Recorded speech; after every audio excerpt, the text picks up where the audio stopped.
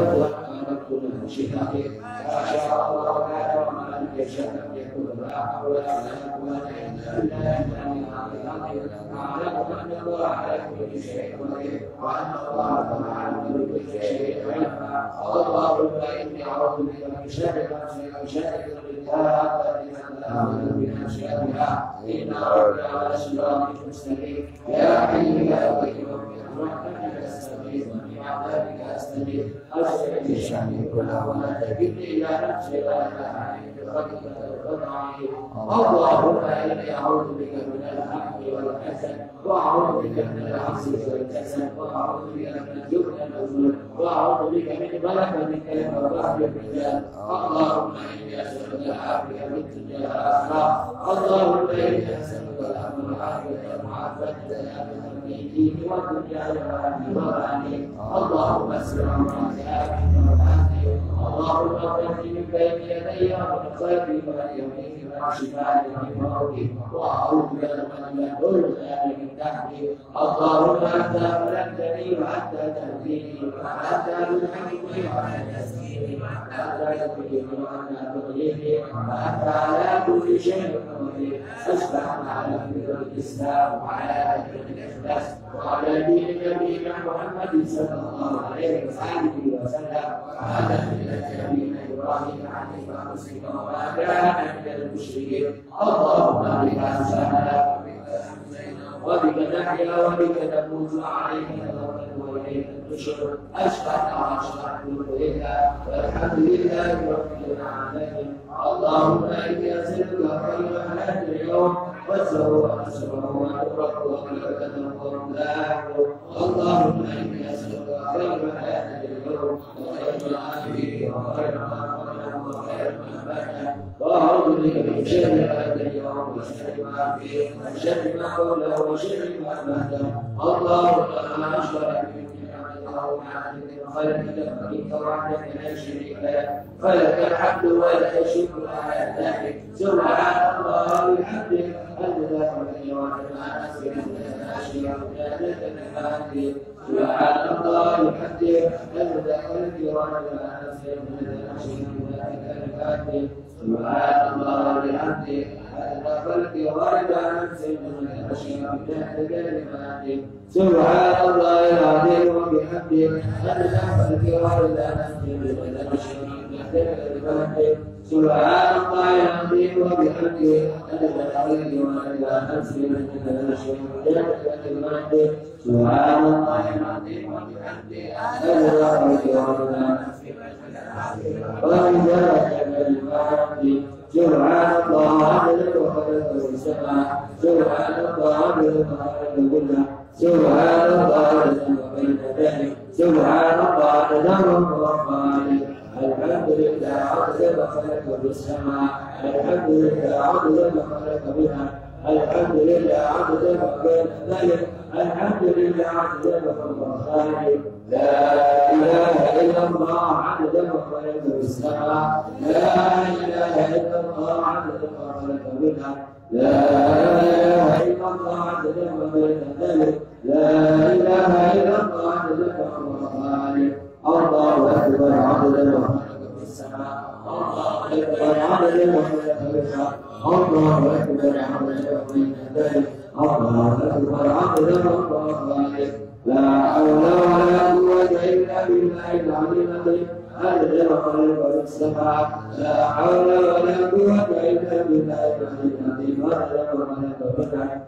لا حول ولا قوة إلا بالله العلي العظيم عدد وخلق السماء لا حول ولا قوة إلا بالله العلي العظيم عدد وخلق لا إله إلا الله وحده لا شريك له له الملك وله الحمد يحيي وهو على كل شيء قدير عدد كل خلق الله لا إله إلا الله لا شريك له له الملك وله الحمد يحيي وهو على كل شيء قدير عدد كل خلق الله لا إله إلا الله لا شريك له له الملك وله الحمد يحيي وهو على كل شيء قدير عدد كل خلق الله لا إله إلا الله لا شريك له له الملك وله الحمد يحيي وهو على كل شيء قدير عدد كل ذرة أنوارا في كل لحظة أبدا عدد غيري ربط نفسي أنسى أشير ومن ذلك الكلمات.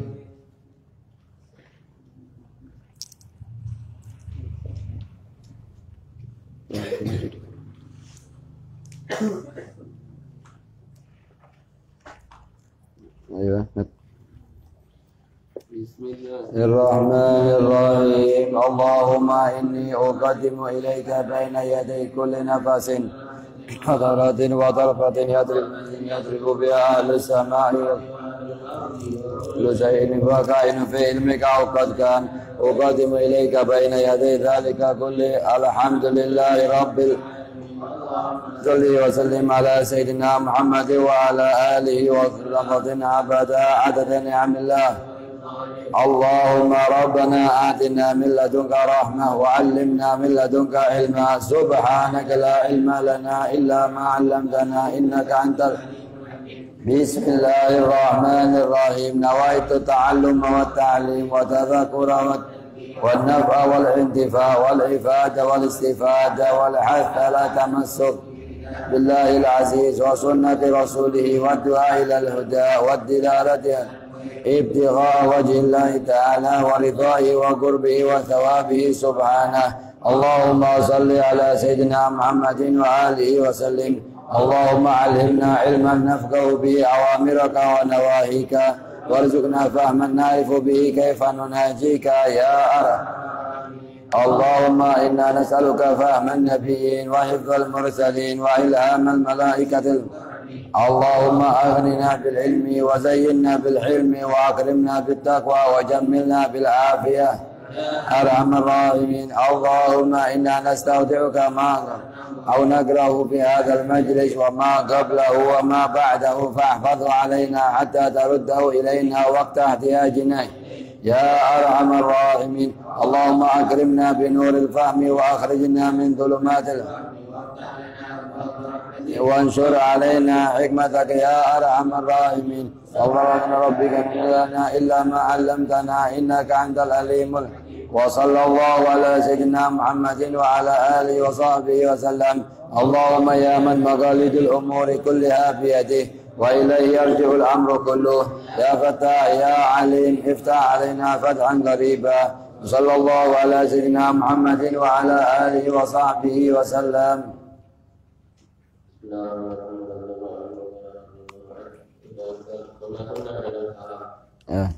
Bismillah, alhamdulillah, wassalatu wassalamu ala rasulillah Muhammad bin Abdullah wa ala alihi wa sahbihi wa mawalah. Rukun yang terakhir yaitu salam. Di dalam kita mengucapkan salam waktu salat, sebagaimana kita ketahui bahwa salam di salat itu dibagi menjadi dua. Ada namanya salam yang pertama dan salam yang kedua. Salam yang pertama adalah rukun daripada rukun-rukunnya salat.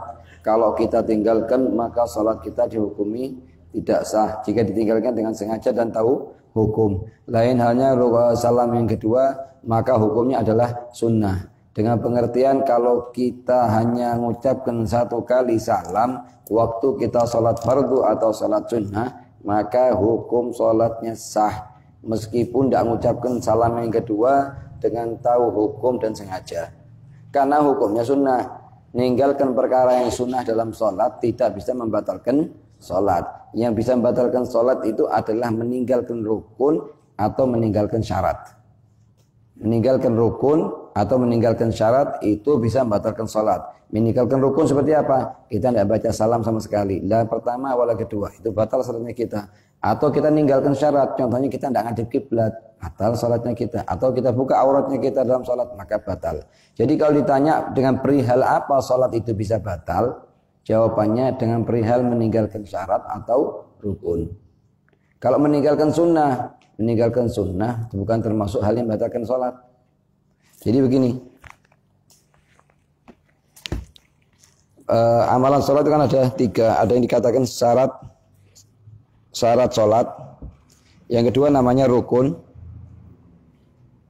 Yang ketiga namanya sunnah. Nah, syarat sholat ini meskipun syarat sah atau syarat yang kedua namanya syarat wajib. Syaratnya sholat dibagi dua. Syarat wajibnya sholat, syarat sahnya sholat. Apa bedanya? Kalau terpenuhi syarat wajibnya sholat, artinya orang itu wajib sholat. Kalau syarat sah, artinya syarat-syarat yang harus dipenuhi. Kalau sudah terpenuhi, maka sholatnya dihukumi sah. Ada kalanya wajib sholat tapi tidak sah. Kalau misalnya syarat sahnya tidak terpenuhi. Ada kalanya terpenuhi dua-duanya. Syarat wajibnya telah terpenuhi, maka syarat sahnya telah terpenuhi, baik itu baru dikategorikan hukum salatnya tah. Lah kalau misalnya ditinggalkan ini syarat, kalau ditinggalkan syarat ini maka menjadi salatnya jadi tidak sah. Kalau rukun ditinggalkan dengan sengaja dan tahu hukum tidak sah juga. Kalau sunnah ditinggalkan dengan sengaja dan tahu hukum tetap sah. Tetap apa? Sah. Ini bedanya. Cuman apakah sujud sahwi atau tidak? Lihat jenis sunnahnya. Kalau sunnah ab'ad, maka sunnah sujud sahwi. Kalau sunnah hayat, maka tidak sunnah sujud sahwi. Bahkan tidak boleh sujud sahwi. Bahkan tidak boleh sujud sahwi. Jadi kita pahami sekarang, sholat itu dibagi menjadi apa? Ada namanya syaratnya sholat, ada namanya rukunnya sholat, ada namanya sunnahnya sholat. Nah, syaratnya sholat ini kalau ditinggalkan, hukum sholatnya kita tidak sah. Misalnya apa? Misalnya sholat dengan menghadap kiblat. Kan termasuk syarat sahnya sholat menghadap kiblat. Termasuk syaratnya sholat pakai wudu, termasuk syaratnya sholat pakai nutup aurat. Nah kalau misalnya satu dari tiga ini tidak ditutup, tidak dikerjakan, maka hukum sholatnya dikategorikan tidak sah. Karena meninggalkan syarat bisa membatalkan, meninggalkan rukun bisa membatalkan, meninggalkan sunnah tidak membatalkan sholat. Meninggalkan syarat sunnahnya tidak membatalkan. Apakah kalau kita tinggalkan sunnah memang betul tidak membatalkan sholat, dengan artinya tetap sah? Apakah saya sunnah sujud sahwi? Ini sering ditanyakan. Kalau saya meninggalkan sunnah-sunnahnya sholat apa? Lah, kalau sekiranya sunnah ab'ad maka sunnah sujud sahwi. Kalau sunnah hayat maka tidak sunnah, bahkan tidak boleh untuk sujud sahwi. Kalau sujud sahwi karena meninggalkan perkara sunnah, maka hukum sholatnya dikategorikan batal. Ayo. Nah, sini kita bahas dari rukun 1 sampai nomor rukun 12. Yaitu apa? Yaitu mengucapkan salam, atau 13 mengucapkan salam. Sudah kita ketahui salam dalam sholat ini, salam dalam sholat dibagi dua. Ada namanya salam pertama sama salam kedua. Salam pertama hukumnya rukun. Salam kedua hukumnya sudah kita ketahui apa? Sunnah. Kecuali di dua masalah maka hukumnya haram. Yang salam yang pertama keluar waktu setelah salam pertama. Masalah yang kedua, kalau batal wudunya setelah salam pertama. Di dua masalah ini hukumnya jadi haram. Yang intinya apa? Intinya kalau kita rangkum semua dari awal sampai akhir, salam itu dibagi menjadi 3. Ada rukun, ada sunnah, ada haram. Ini sama perinciannya dengan kembali ke sini. Itu ya. Kapan rukun? Salam pertama. Kapan sunnah? Kalau tidak ada perihal yang dia menjadikan dia haram. Kapan haram? Di dua masalah. Boleh kita rangkum begitu supaya lebih memudahkan. Ya. Jadi intinya apa? Intinya sekarang kita akan membahas perihal-perihal yang disunnahkan waktu kita mengucapkan salam. Yaitu Assalamualaikum warahmatullahi. Assalamualaikum warahmatullahi. Alangkah indahnya, alangkah sempurnanya kalau waktu kita mengucapkan salam, kita tahu apa sunnah-sunnahnya dan kita amalkan. Bahkan sebagian dari sunnah-sunnah tersebut kita kerjakan tiap hari. Kendalanya satu, apa? Kita kerjakan tidak tahu kalau itu sunnah. Makanya selama ini kita tidak dapat pahala. Karena amalan sunnah itu tidak bisa kita mendapatkan pahalanya dari amalan sunnah, kecuali kita tahu itu sunnah dan kita kerjakan karena itu sunnah. Kita tahu ini sunnah dan kita kerjakan karena sunnah. Misalnya tiap hari orang duduk di masjid, tidak tahu namanya itikaf. Sudah duduk berjam-jam, bahkan berhari-hari, bahkan berbulan-bulan. Tapi tidak tahu namanya harus ada niat di itikaf itu. Kalau tidak ada niat, tidak sah. Karena Rasulullah mengatakan innamal a'mal binniyat.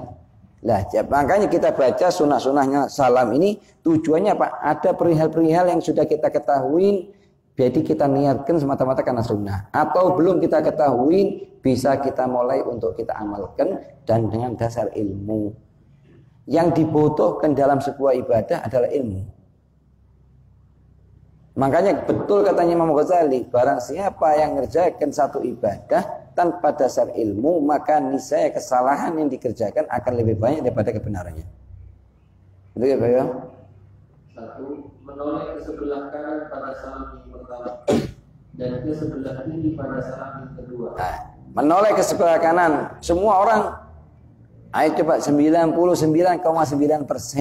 orang yang sholat mesti Assalamualaikum warahmatullahi. Assalamualaikum warahmatullahi. Loh kok kenapa kamu kok waktu salam kok noleh kanan noleh kiri? Oh saya ingat orang sholat gitu kayak gitu. Bukan tahu karena ini sunnah. Bahkan sebagian dari mereka nganggap tidak sah salamnya kita kecuali noleh. Jadi kita harus tahu perihal itu noleh hukumnya apa. Kita punya dua perihal ya. Perhatikan penting ini. Dua perihal yang sekaligus kita kerjakannya. Perihal yang pertama namanya mengucapkan salam. Mengucapkan salam. Perihal yang kedua namanya noleh. Waktu mengucapkan salam. Ini dua perihal yang beda. Jangan jadikan satu kesatuan. Ini bukan satu kesatuan, tapi dua perihal beda, hukumnya beda. Kalau mengucapkan salam itu sendiri, dibagi menjadi dua. Ada kalanya salam pertama, salam kedua. Salam pertama hukumnya rukun. Hukum salam kedua hukumnya sunnah. Kecuali di dua masalah jadi haram. Ini harus difahami. Dua masalah, bukan satu masalah. Jadi satu kesatuan, dua masalah. Masalah yang pertama mengucapkan salam itu sendiri. Masalah yang kedua noleh. Kalau noleh ini dibagi menjadi dua. Ada kalanya noleh ini sunnah, ada kalanya haram noleh. Iya perihal aslinya sunnah, cuma bisa berubah jadi haram. Lah sekarang kalau kita bahas, kita ketahuin bahwa masalah salam, masalah noleh, masalah salam dua perihal, bukan satu perihal. Baik. Setelah kita ketahuin bahwa ini masalah dua perihal, masalah yang pertama kita bahas dulu, mengucapkan salam. Mengucapkan salam dibagi dua. Salam pertama sama salam kedua. Salam kedua pertama rukun, salam kedua berarti sunnah. Artinya apa? Artinya kalau misalnya ada satu orang salat gini, Assalamualaikum warahmatullahi, Assalamualaikum warahmatullahi, hukum salatnya apa sah? Kenapa? Dia hanya meninggalkan perkara kedua. Perkara sunnah apa? Noleh kanan kiri. Ini noleh hukumnya sunnah. Masalah kedua, bukan masalah pertama. Yang sering terjadi di pemahaman thalabatul ilm, murid-murid pondok itu menjadikan dua masalah yang salah satunya fardu dan salah satunya sunnah menjadikan dianggap satu masuk kesatuan. Sehingga begitu ngelihat orang sholat salam begini, Assalamualaikum warahmatullahi, Assalamualaikum warahmatullahi. Loh, kamu kok tidak noleh waktu salam? Tidak sah salamnya kamu. Lah kan? Ini sekarang mau masukkan hukumnya ini ke sini, mau masukkan hukumnya ini ke sini. Jadi harus kita fahamin bahwa kita punya dua perihal. Perihal pertama mengucapkan salam, lafaz yang kita ucapkan. Perihal kedua masalah noleh kanan kiri. Mau noleh kanan kiri. Nanti terjadi masalah juga bahwa ini banyak cabang ini. Semuanya kembali kepada satu titik yaitu sunnah. Semua kembali kepada satu titik yaitu sunnah. Cuman ini masalah rukun. Rukunnya di mana? Di salam pertama. Jadi kalau kita simpulkan ini sunnah, yang masalah yang paling besar itu di sini. Di mengucapkan salam pada yang pertama, itu yang rukun. Mengucapkan salam yang pertama itu yang rukun. Gitu. Jangan sekali-kali dua masalah dicampur. Ya terus ini katakan apa? Nah, sekarang perhatikan ya. Perhatikan, ente perhatikan betul. Mengucapkan salam sama noleh di masalah salam. Mengucapkan salam hukumnya kalau salam pertama rukun, faham? Salam kedua hukumnya sunnah, paham? Kecuali di dua masalah hukumnya jadi haram. Alas kita fahamin. Kita punya perihal kedua. Perihal kedua yaitu hukum noleh waktu kita salam. Noleh waktu salam hukumnya sunnah. Kapan? Selain di masalah yang haram. Kapan masalah haram itu? Kalau seorang sholat dalam keadaan berbaring. Sholatnya orang yang dalam keadaan berbaring itu maka wajah dan kaki menjadi sebagai gantinya posisi dada. Karena kita waktu sholat dalam keadaan berdiri atau duduk atau muttaji itu kita menghadap kiblat dengan apa? Dada yang terhitung kan. Yang terhitung itu dada. Waktu kita sholat subuh barusan, kita ngadep kiblat dengan apa? Dengan dada kita. Kalaupun orang misalnya kayak kiblat begini, terus saya mau sholat begini, wajahnya saya ke sana, dada ke sana. Yang terhitung apa? Yang terhitung dada. Yang terhitung adalah dada. Lah, begitu sholat satu orang karena dia tidak bisa berdiri, tidak bisa duduk, tidur berbaring dia sholatnya. Maka wajib ngadep kiblat dengan wajahnya dan kedua kakinya akhmusoi qadamai. Dalam masalah ini, wajah dan kedua kakinya dia akan menjadi kedudukannya dada. Begitu menjadi kedudukannya dada, waktu dia mengucapkan salam, haram dia mengucapkan salam dengan cara menoleh. Ngerjakan noleh ini kajian sunnah berubah jadi haram. Sebab kalau dia mengatakan assalamualaikum warahmatullah, dia keluar dari dadanya kita. Sama kalau kita misalnya orang yang salat kadang berdiri, waktu kita mengucapkan salam begini, assalamualaikum warahmatullah. Batal salatnya kita. Kenapa? Karena posisi dada dia tidak menghadap kiblat. Yang kalimat nolehnya wajah. Karena iltifat, perhatikan, noleh itu dalam sholat dibagi 3. Iltifat dalam sholat dibagi menjadi 3. Ada namanya iltifat bil wajhi, dengan wajah. Ada namanya iltifat bis sadri, dengan dada. Ada namanya iltifat bil qalb, dengan hati. Orang noleh di sholat itu dibagi 3. Noleh dengan wajah, noleh dengan dada, noleh dengan hati. Noleh dengan wajah waktu sholat dibagi menjadi 2. Ada kalanya makruh, ada kalanya sunnah. Noleh dengan wajah. Ini kita bicara, tidak bicara dada. Kita tidak bicara hati. Kita bicara wajahnya kita nih. Ini namanya noleh. Ke atas, ke bawah. Lihat sana, lihat sini. Ini noleh namanya. Lah, noleh dengan wajah. Hukumnya apa? Ada kalanya makruh, ada kalanya sunnah. Sunnah kapan? Ketika akan salam. Mengucapkan salam. Ketika akan mengucapkan salam, maka hukumnya noleh. Hukumnya sunnah. Kecuali kalau sholatnya dalam posisi berbaring, maka haram. Yang kedua, noleh makruh selain salam tanpa udzur. Selain salam tanpa udzur, maka hukum noleh makruh. Haram, tidak haram. Batalkan sholat, tidak batalkan sholat. Kenapa? Karena dia tidak noleh dengan dada, hanya noleh dengan wajah. Oke, hanya noleh dengan wajah. Yang kedua, noleh dengan dadanya dia. Ini batalkan sholat. Yang ketiga, noleh dengan hati. Kalau menurut fuqaha, para ahli fikih, dia tidak batalkan sholat, hanya makruh aja. Artinya apa? Noleh dengan hati, tidak khusyuk. Sok badannya sama bajunya semuanya di masjid, hatinya di pasar. Atau di jalan, atau lagi kerja di toko. Misalnya ini. Nah ini hukumnya apa? Menurut fuqaha selama inti sudah sholat dengan rukun-rukunnya dan syarat-syaratnya, maka sholatnya inti sah. Tapi menurut ahli tahqiq, ahli tasawuf, itu hukumnya termasuk satu kekurangan besar. Itu nanti sholatnya udah jadi tanha anil fahsya nanti kalau gitu caranya. Banyak orang yang sholat tapi masih ngerjakan perihal-perihal yang haram atau yang makruh. Oke. Jadi kita ketahui bahwa noleh itu hukumnya dibagi menjadi berapa? 3. Wajah, dada, hati. Lah kalau bisa ditulis dulu ahsan. Anak khawatir besok pagi lupa. Oke, perincian di atasnya perincian terus besok pagi lupa. Al-ilmu bil kitabah ini. Ayo. Yang intinya apa? Intinya kita punya 2 perihal yang penting. Pertama yaitu masalah apa? 2 masalah yang penting yaitu mengucapkan salam sama masalah noleh ketika salam.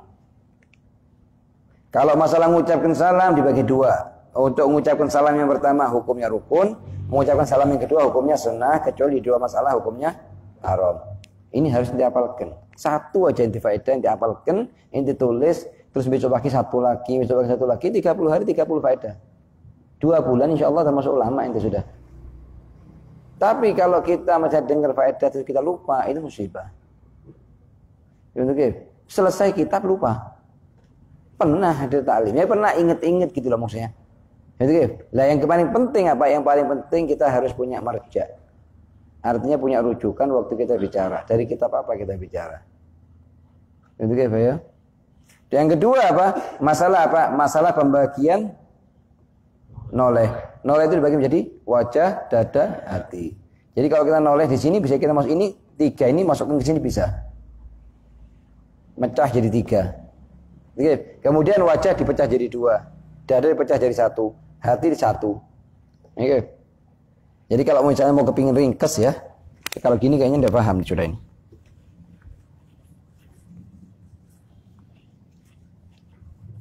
Perhatikan, ini yang singkat ini. 2 masalah penting yaitu pertama mengucapkan salam. Yang kedua masalah ya. Mengucapkan salam ini dibagi menjadi 2. Salam pertama, salam kedua. Kalau salam pertama dia adalah hukumnya rukun. Salam kedua hukumnya sunnah. Kecuali di 2 masalah maka hukumnya haram.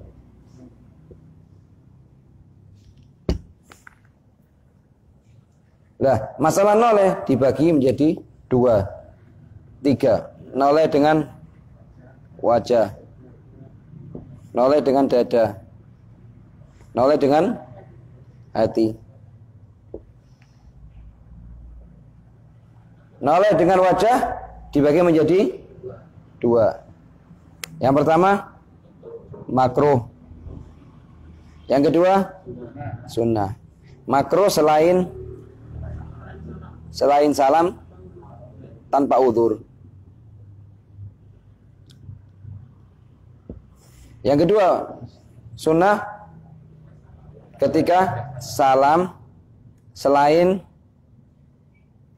orang yang sholat dalam keadaan berbaring.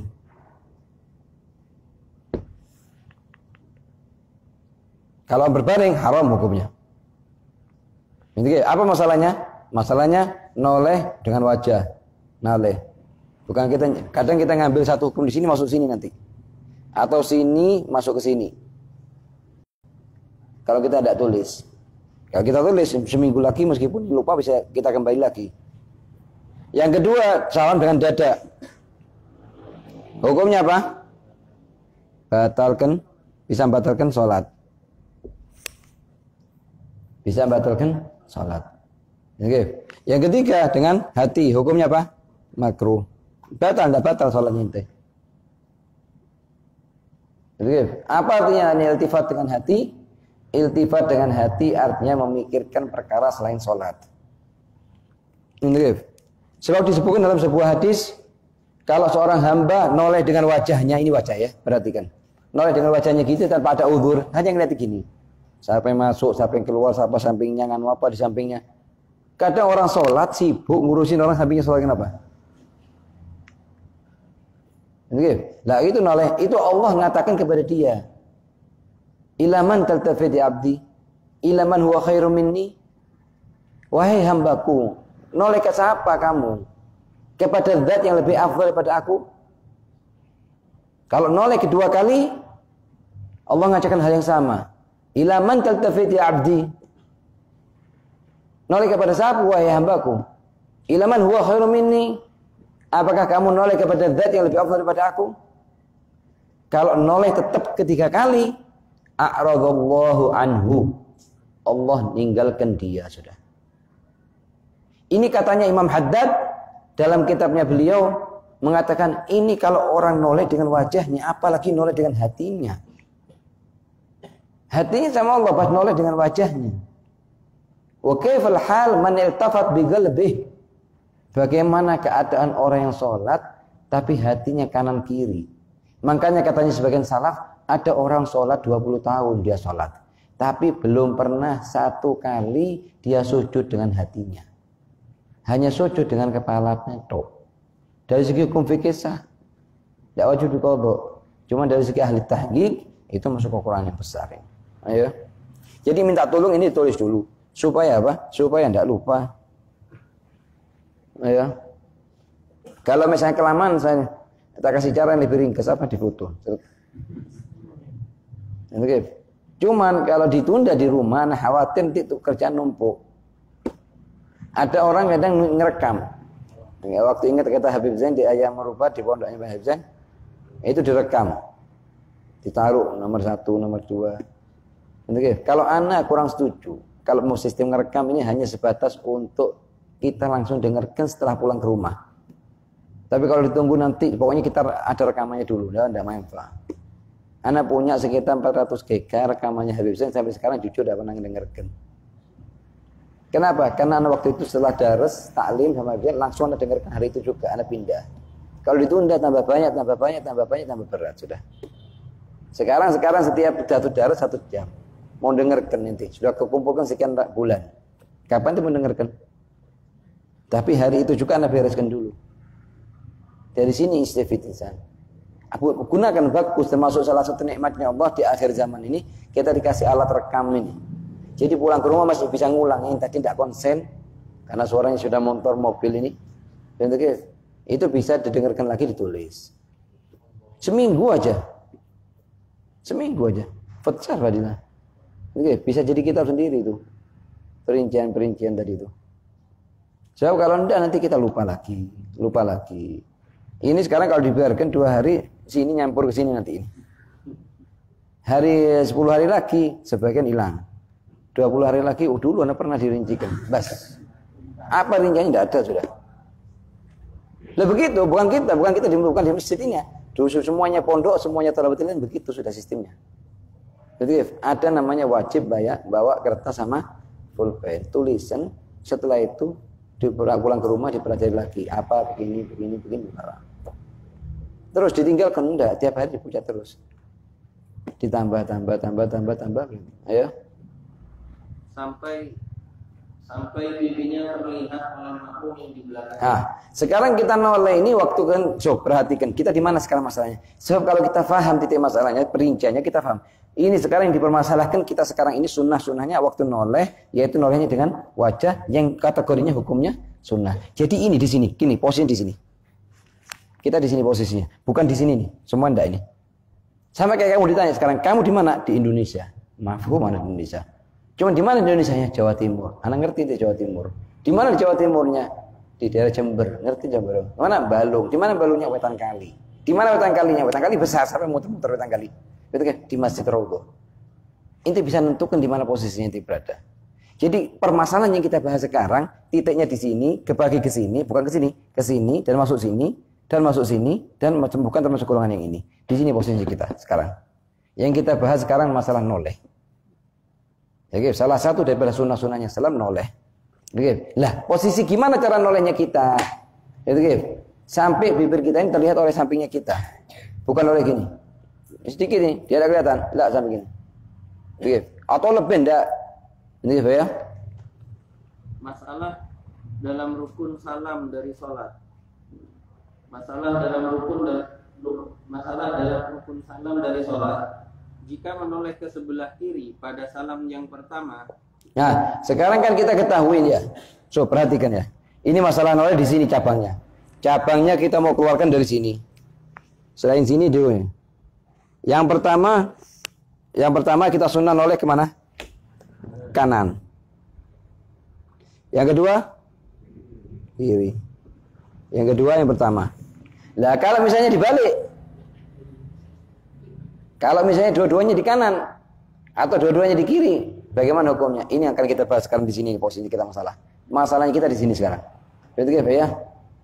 Diulang ya. Jika menoleh ke sebelah kiri pada salam yang pertama. Pada salam pertama dia mestinya kanan tapi kiri. Assalamualaikum warahmatullahi.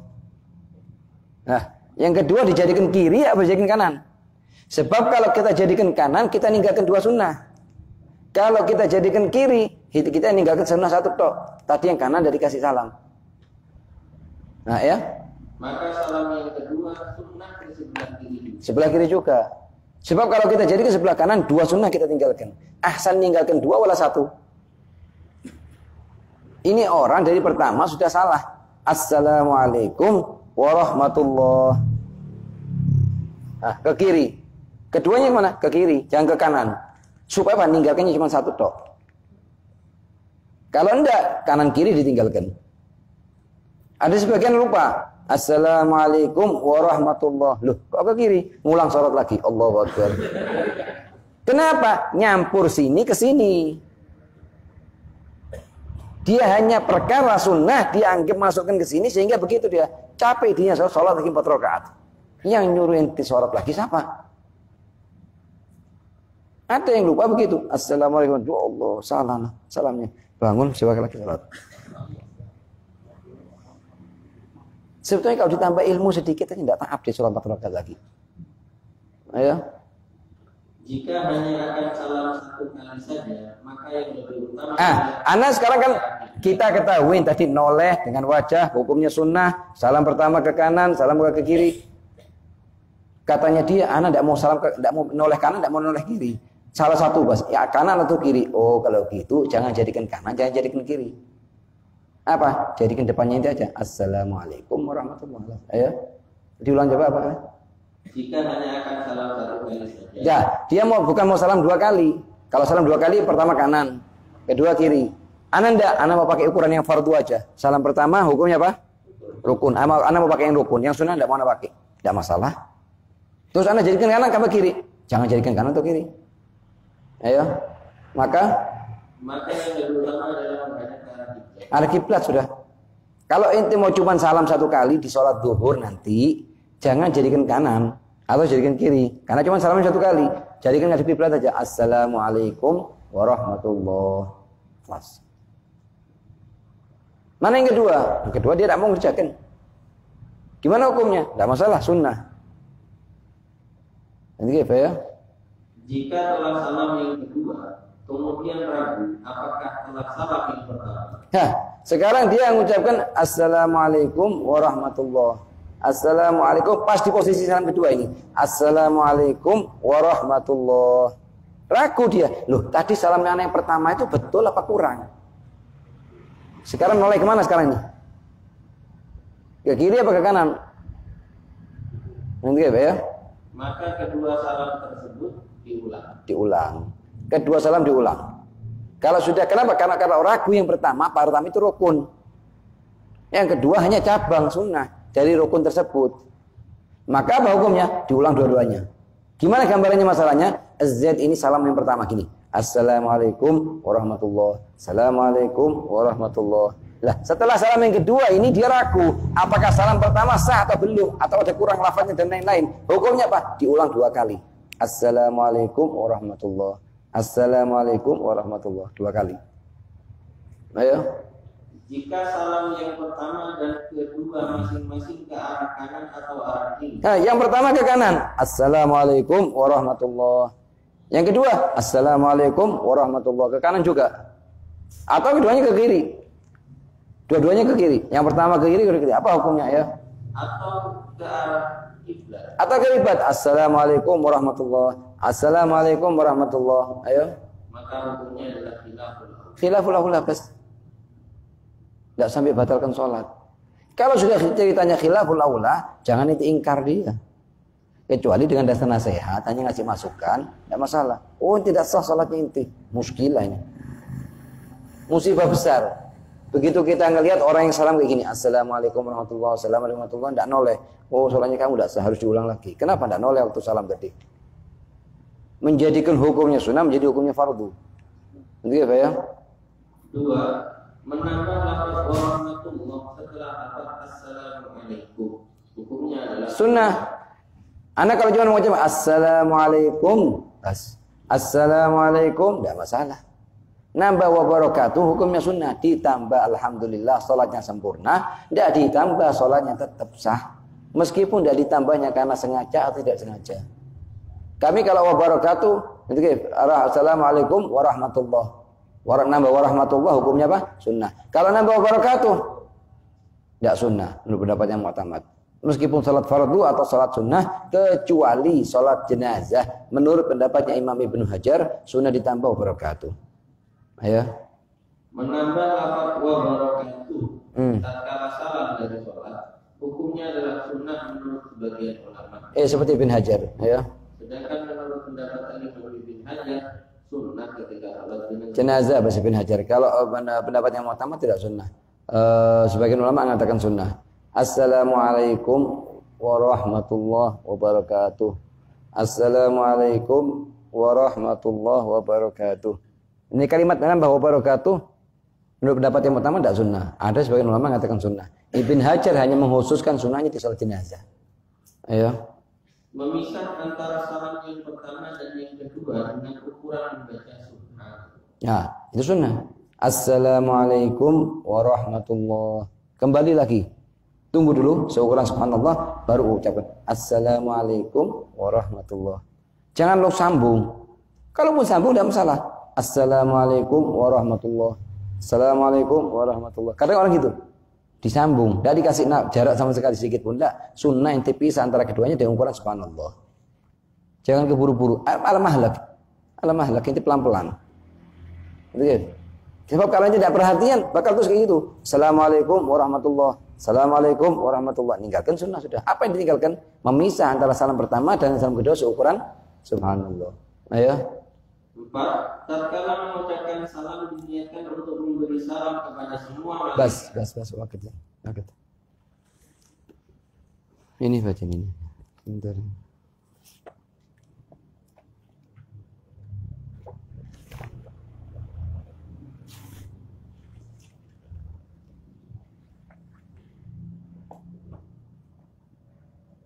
Ya. Hari ini kita baca bukan budur sa'adat, tapi kita baca perihal yang penting, yaitu hukum melakukan sholat qadha di akhir Jumat di bulan Ramadan. Karena 2 hari lagi kita ngadepin sholat Jumat, itu Jumat terakhir di bulan Ramadan. Supaya kita kalau mengerjakan sholat qadha, insya Allah kita tetap kerjakan di rumahnya Habib Abdullah bin Umar. Setelah sholat Jumat setengah jam kita kumpul, barang siapa ingin sholat fadhol, barang siapa yang tidak ingin sholat tidak masalah. Ya, jadi sebelum kita sholat kita supaya tahu apa perincian hukumnya, bagaimana perincian masalahnya. Setelah itu kita ngerjakan dengan dasar ilmu, bukan kita ngerjakan karena ikut-ikutan. Enggak. Kita tidak menganjurkan untuk para jamaah di sini ngerjakan apapun dengan dasar ikut-ikutan, tidak, tapi ngerjakan dengan dasar ilmu. Ayo. Jadi amalannya salaf di Hadramut itu, begitu juga di sebagian tempat di Haramain Syarifain mereka mengerjakan sholat qadha di akhir Jumat di Ramadan. Apa artinya? Jumat di Ramadan kan ada 4 kan? Di Jumat terakhir mereka kumpul sholat qadha zuhur, kemudian asar, kemudian maghrib, kemudian isya, kemudian subuh. Diulang di qadha. Nah, kapan dikerjakannya oleh mereka? Dikerjakannya setelah sholat Jumat di akhir Jumat Ramadan. Setelah sholat Jumat mereka semua kumpul di masjidnya Syekh Abu Bakar bin Salim di kota Inat. Bahkan seluruh ulama, seluruh orang awam, seluruh talabatul ilm, bahkan dari Sewon dan semuanya, mereka semua datang ke kota Inat yang jaraknya sekitar 15 kilo atau 17 kilo untuk kumpul di masjidnya Syekh Abu Bakar bin Salim, sholat bersama para ulama di kota Masjid Syekh Abu Bakar bin Salim, sholat qadha 5 waktu. Nah, sekarang apa maksud tujuan sholat qadha ini? Siapa yang pertama kali buat? Mana dalilnya? Apa tujuannya? Apa hikmahnya? Dan bagaimana respon para fuqaha di kitab-kitab mereka atas sholat ini? Supaya kita ngerjakan dengan dasar ilmu. Ayo. Anjuran untuk mengqadha salat yang waktu di bulan Ramadan. Dianjurkan bagi kaum muslimin di muslimah untuk mengqadha salat yang waktu zuhur, asar, maghrib, isya, subuh. Ya, dimulai dengan sholat zuhur, kemudian asar, kemudian isya, kemudian maghrib, kemudian isya, kemudian subuh. Ya. Dianjurkan. Kenapa dianjurkan? Karena kita harus paham. Selama setahun penuh ini kadang kita tidak bisa dikatakan 100% semua sholatnya kita telah memenuhi rukun-rukunnya atau syarat-syaratnya dengan yakin. Ada kalanya kita lupa, baju kita pakai najis, kita tidak tahu. Ada kalanya kita lupa waktu itu, ada Fatihahnya yang tidak lengkap waktu itu dan lain-lain. Misalnya ini tasyahudnya kurang lengkap atau tasdidnya dalam tasyahud belum dibaca betul. Itu kan menyebabkan tidak sah semuanya sholat. Tapi kita ada secara zahir kita tidak tahu. Nah ini untuk menjaga kekurangan-kekurangan tersebut diadakan namanya sholat dodok di hari Jumat terakhir di bulan Ramadan. Ayo. Ada salah satu berkata laksanakan dodok sholat 5 waktu pada hari Jumat terakhir di malam Ramadan. Sebagaimana telah dilakukan oleh Syekh Al-Qutb, hanya Imam Syekh Abu Bakar bin Salim. Ya, pertama kali yang buat di Hadramut adalah Syekh Abu Bakar bin Salim Fakhrul Wujud. Beliau lahir tahun 919 Hijri dan meninggal tahun 992. Beliau adalah arif billah yang gabung dalam diri beliau ilmu zahir sama ilmu batin. Selama 40 tahun sholat subuh dengan wudhunya Isya. Selama 40 tahun beliau datang dari kampungnya beliau kota Lisik, datang ke kota Tarim yang jaraknya 15 kilo guna untuk mujahadah. Apa mujahadah yang beliau kerjakan? Bersihkan kamar mandinya masjid-masjid tersebut, kemudian sholat 2 rakaat. Pindah ke masjid kedua, begitu juga. Pindah ke masjid ketiga. Ada berapa masjid? 360 masjid.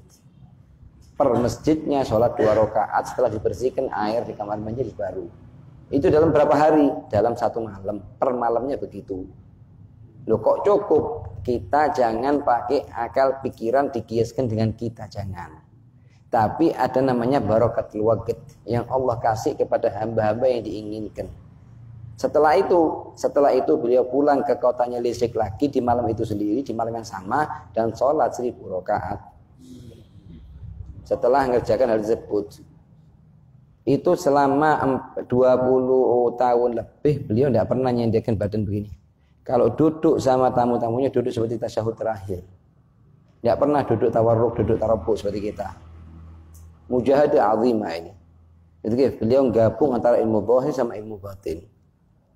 Setelah jadi sama kayak mujahadahnya Syekh Abdul Jailani sering kita dengar, mujahadahnya Sayyidi Ahmad Rifai, mujahadahnya fulan. Yang intinya mereka tidak sampai ke makom tersebut kecuali setelah habis mati. Hawa nafsu itu mati. Jadi yang dia ikutin adalah kebenaran. Kalau kita tidak, selama hawa nafsunya hidup, manapun yang menguntungkan kita itu yang kita ikutin. Tapi bukan mana yang benar yang kita ikuti, tapi seluruh yang menguntungkan hawa nafsunya kita itu yang kita ikuti. Abidun nafs. Budaknya apa? Hawa nafsu. Nasallallahu alaihi wasallam. Ayo. Kalau salat 5 waktu ini telah dilaksanakan oleh sebagian besar para salaf saleh yang mempunyai ilmu yang sangat luas dan ketakwaan hati serta rasa takut kepada Allah Subhanahu wa taala yang sangat tinggi. Mereka adalah golongan yang senantiasa mengikuti sunnah. Nah, sekarang kita lihat dari mulai zamannya Syekh Abu Bakar bin Salim sampai sekarang itu sekitar 500 tahun lebih. Itu tidak ada satupun dari ulama di Hadramut dan selain Hadramut Haramain itu juga itu yang ngerjakan itu mereka yang sholatnya tidak pernah ketinggalan qobliyah sama ba'diyah, bahkan tidak pernah ketinggalan dari siwak. Setelah hari Jumat terakhir di bulan Ramadan masih khawatir ada sholatnya yang tidak sah. Bukan artinya sholatnya acak-acakan setahun terus mau diqodho dengan Jumat di bulan Ramadan. Itu satupun dari ulama, bahkan Syekh Abu Bakar bin Salim sendiri termasuk orang yang pertama yang mengingkari. Ayo. Dalam melaksanakan dua sholat yang waktu di hari Jumat terakhir di bulan Ramadan, yaitu dimulai dari sholat zuhur terlebih dahulu. Kemudian kita niat usolli fardhu dhuhri 4 rakaat mustaqbilal qiblah aqdhaan. Makmuman kalau kita makmum lillahi ta'ala. Boleh kita sholat masing-masing di rumahnya masing-masing, boleh. Boleh kita berjamaah, boleh. Bahkan lebih utama kalau berjamaah. Karena berjamaah di sholat fardu sangat dianjurkan baik sholat fardunya ada atau qadha. Misalnya kita ketiduran tidak sholat subuh, bangun jam 8 misalnya. Sunnah kita jangan sholat sendiri, cari orang untuk sholat sama kita. Jangan sholat munfarid. Ayo. Ma'asar maghrib, isya dan tahiyat dan subuh. Iya. Dua sholat waktu ini dianjurkan dilaksanakan secara berjamaah dan boleh juga dilaksanakan secara munfarid. Ayo. Tujuan dianjurkannya untuk menggodok sholat 5 waktu. Sekarang tujuannya apa kita dianjurkan untuk sholat qadha 5 waktu di hari Jumat terakhir di bulan Ramadan? Ya, pertama. Yang pertama untuk berhati-hati atas sholat yang mungkin. Kita untuk jaga, mungkin ada selama setahun dari sholat kita yang tidak betul. Kita tidak tahu. Secara zahir kita tidak diambil hukum. Karena kita merasa waktu itu pas semua syarat-syaratnya, rukun-rukunnya. Ya.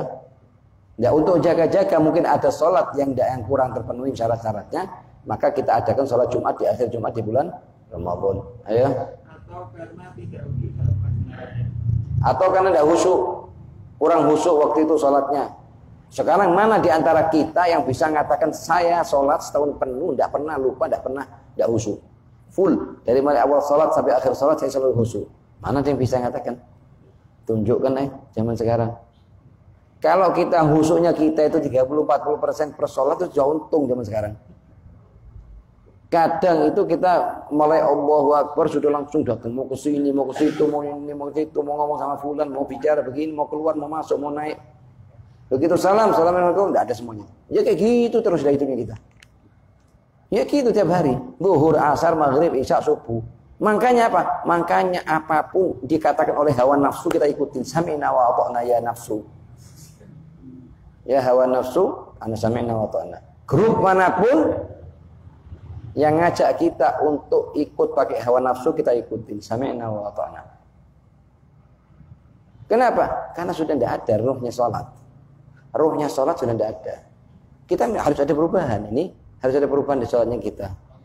Sehingga itu sholat betul-betul tanha anil fahsya wal munkar. Contoh ya. Yang kedua, untuk melakukan ibadah sholat. Untuk melakukan ibadah sholat. Karena sholat termasuk perintah syariat yang sangat agung.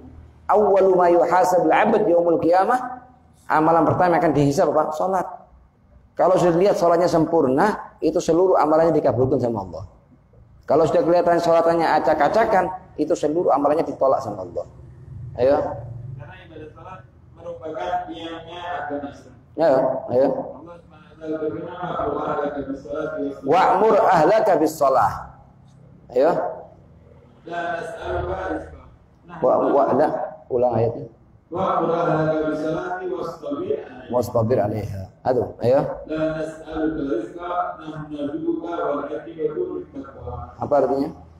Artinya, dan perintahkanlah keluargamu untuk mendirikan salat dan bersabarlah kamu dalam mengerjakannya.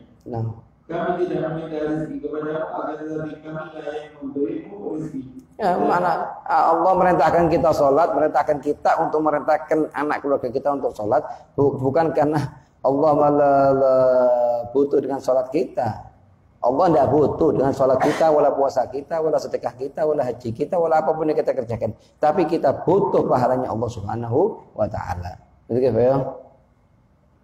Kami lah yang memberi rezeki kepadamu balasan. Nah, kalau sudah merupakan tiangnya agama, artinya usahakan perkuat itu tiang. Kalaupun di antara anjuran untuk memperkuat tiang tersebut, yaitu mengadakan salat qadha di akhir Jumat di bulan Ramadan. Ayo. Yang ketiga, para fuqaha ahli ilmu fikih menjelaskan bahwa tidak wajib bagi seorang muslim dan muslimah untuk membawa salat yang telah ditinggalkannya. Keluar hari detik keluar dari perut ibu sampai namanya sin mumayyiz. Sampai apa? Mumayyiz. Umur berapa? 7 tahun. Bisa makan, minum sendiri, makan sendiri. Namanya mumayyiz. Dari mumayyiz sampai dia balik. Ini namanya mumayyiz nih. Ini qabla tamyiz. Ini qabla tamyiz. Ini ba'da tamyiz. Nah, dari mulai balik sampai masuk kuburannya dia. Ini namanya balik. Nah, kalau sudah balik, ini hukumnya wajib sholat, bukan sunnah. Sini sama sini. Ini sunnah untuk diqadha. Ini sunnah untuk diqadha. Supaya apa? Supaya kita terhitung orang yang sudah sholat, termasuk orang yang sholat dari mulai kita keluar dari perut ibu sampai kita masuk usia balik. Kalau sudah balik memang wajib kita sholat aslan. Hukumnya apa? Sunnah, tidak wajib. Itu ada nasnya. Di kitab Fathul Qadir disebutkan nasnya. Mungkin di sini disebutkan. Ayo. Dan bagi para muslim dan muslimah untuk mengqadha salat yang telah ditinggalkannya dan kemudian hari sampai sebelum balik. Sampai sebelum balik ya. Hal ini dikarenakan dirinya belum terhitung mukallaf, balik dan barakah. Iya, tidak wajib untuk ngodok di sini dan di sini. Karena memang belum mukallaf. Belum mukallaf, ayo. Akan tetapi sunnah bagi mereka untuk mengqadha salat yang telah ditinggalkannya. Nah. Agar seluruh umurnya dilalui dalam keadaan beribadah kepada Allah Subhanahu wa taala. Nah. Dalam kitab Busyara Karim dinyatakan kalau qada'a as-sabiy wa sabiyatin lima fatahu min fisida. Ya teman. Fala qada'a, tidak wajib diqadha. Lima fatahu min ayyam tamyiz. Karena tidak wajib kalau mukallaf Mas Zan, ayo. Wa inna ma yusan, akan tetapi sunnah. Oke, ayo. Ma fatahu ma fihi walau qabla tamyiz ala khilafin fihi. Ala khilafan fi. Sunnah untuk diqadha setelah tamyiz karena ada terjadi perbedaan antara ulama. Ada yang mengatakan sunnah, ada yang mengatakan tidak sunnah. Ala kulli hal kita bagi pendapat yang sunnah, kemudian kita kerjakan. Betul. Jangan terus ada sebagian orang ya pakai dasar ilmu untuk nambah atau mendukung kemalasannya dia. Untuk masih ada ulama yang mengatakan sunnah, tidak sunnah. Ada ulama yang mengatakan sunnah. Katakan kalau anak masih tidak mampu, tapi kalau dikatakan itu ada ulama yang mengatakan tidak sunnah. Ayo. Walladzina hum sifat-sifatnya hamba yang mukmin ala salatihim yuhafizun, jaga salatnya mereka dijaga betul. Ayo. Mereka lah orang-orang yang akan mewarisi. Mewarisi apa? Ayo. Yang akan mewarisi surga Firdaus di hari kiamat nanti. Yang menjaga salat-salatnya. Ayo. Artinya dan kalau orang memelihara salatnya maka mereka itu orang-orang yang akan mewarisi, yaitu mereka akan mewarisi Firdaus dan mereka akan di dalamnya. Nah. Berdasarkan sabda Rasulullah SAW, katanya Rasulullah mengatakan kepada umatnya, muru auladakum bis-shalah. Perintahkan anak-anak kalian untuk salat. Kapan ya Rasulullah? Waktu mereka umur 7 tahun. Suruh ajarin. Kenapa? Tujuannya agar waktu mereka masuk usia balik sudah kebiasaan sholat. Tujuannya tidak wajib bagi mereka, cuma diperintahkan sama Rasulullah. Kalau kita meninggalkan perintahnya ini, maka dosa kita. Karena kewajibannya kita merintahkan. Rasulullah mengatakan muru auladakum bis-shalah wa hum abna'u sab'in. Mereka anak umur 7 tahun. Wadribu, pukullah mereka. Apa? Waktu mereka umur 10 tahun. Sampai diperintahkan mukul. Atas apa? Atas mereka karena mereka tidak mau sholat misalnya. Padahal umur 10 tahun misalnya belum balik, belum wajib. Cuman kalau sudah tidak dibiasakan dari sebelumnya, nanti pas usia balik, hari pertama dia mau usia balik, kayak kemarin-kemarin, malas sholat. Tapi kalau sudah dari kecil diajarin, sudah biasa, sudah dia. Sholat bagi dia sesuatu yang normal ini, umur 7 tahun, 6 tahun, 5 tahun. Itu apa ya? Wadribuhum, diperintahkan untuk mukul. Ayo. Wahum abna asar, waktu mereka anak umur 10 tahun. Ayo. Di sini kalau kita diperintahkan untuk merintahkan anaknya kita waktu umur mereka 7 tahun, berarti ada perintahnya sunnah di sini untuk pribadi kita yang sudah balik untuk mengqadha. Itu gitu. Ayo. Perintahkan anak-anak kalian untuk melaksanakan salat ketika mereka berusia 7 tahun. Nah. Dan pukullah mereka jika tidak melaksanakan salat ketika mereka berusia 10 tahun. Nah. Tapi kalau sudah dipukul masih nakal anak itu tidak mau sholat, dibiarkan tapi didoakan. Jangan dipukul dengan ukuran sehingga mengeluarkan darah di tangannya gini dia tidak. Tapi kita biarkan, kita doakan dapat hidayat. Oke, kita dapat hidayat ini. Doanya orang tua ke anak sama kayak doanya Nabi Muhammad kepada umatnya. Artinya mustajab. Betul ya? Lain halnya jika seseorang yakin telah menjalankan salat fardu pada saat usianya telah balik, maka wajib baginya untuk mengqadha. Nah. Kalau meninggalkannya setelah balik wajib diqadha. Seperti kita tahu. Balik wajib diqadha. Ayo. Hikmah melaksanakan qadha salat lima waktu di hari Jumat dan Ramadan. Iya. Hikmah melaksanakan qadha salat lima waktu di hari Jumat dan Ramadan adalah karena bulan Ramadan. Ya, kenapa kok dipilih bulan Ramadan? Kenapa kok bukan Sya'ban atau lainnya? Karena bulan Ramadan paling mulianya bulan. Kenapa kok dipilih hari Jumat? Karena hari Jumat Sayyidul Ayyam. Kenapa kok dipilih Jumat terakhir? Supaya termasuk thuluthul akhir. 10 hari terakhir di bulan Ramadan lebih utama daripada 10 pertama atau kedua. Ini hikmah. Kenapa kok dikerjakannya setelah sholat Jumat? Karena setelah melakukan sholat yang paling agung dalam seminggu yaitu sholat Jumat.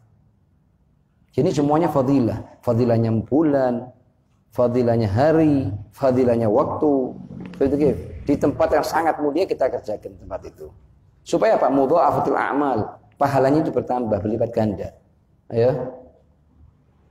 adalah kata bulan Ramadan merupakan bulan yang paling mulia. Nah, Pahala amalan fardu yang dikerjakan pada bulan Ramadan adalah dilipat-gandakan menjadi 70 kali lipat. nah, ini pahala juga di bulan Ramadan 70 kali lipat. Kalau kita sholat di Rejab, di Syaban boleh, enggak masalah. Mau sholat dhuhr, asar di bulan Rajab, Syaban enggak masalah. Cuma di bulan Ramadan utama, karena dilipat-gandakan 70 kali lipat. Ayo. Rasulullah sallallahu alaihi wasallam bersabda, "Man adda fihi fariidatan kana kaman adda 70 fariidatan." Nah, barang siapa yang mengerjakan fariidhah di bulan Ramadan sampai kayak mengerjakan 70 fariidhah di selain Ramadan. Itu makanya oleh salafus saleh dipilih di bulan Ramadan. Ayo. Adapun hikmah dilaksanakan pada sholat lima waktu ini di hari Jumat adalah karena hari Jumat merupakan hari yang paling mulia dalam semasa seminggu. Halo, ayo. Rasulullah SAW bersabda, "Sayyidul ayyam yaumul Jumat." Ayo. Pemimpinnya hari dan itu adalah hari Jumat. Adapun hikmah yang dilaksanakan pada sholat lima waktu ini di hari Jumat terakhir pada bulan Ramadan adalah karena 10 hari terakhir pada bulan Ramadan merupakan hari dibawanya sholat Ramadan dan Jadi bulan Rajab permulaannya keutamanya di 10 bulan Dzulhijjah permulaannya di 10 hari pertama. Kalau bulan Sya'ban di permulaannya di 10 hari kedua. Kalau bulan Ramadan 10 hari terakhir. Ayo, paling mulia daripada 10 hari pertama atau 10 hari pertama kedua. Ayo.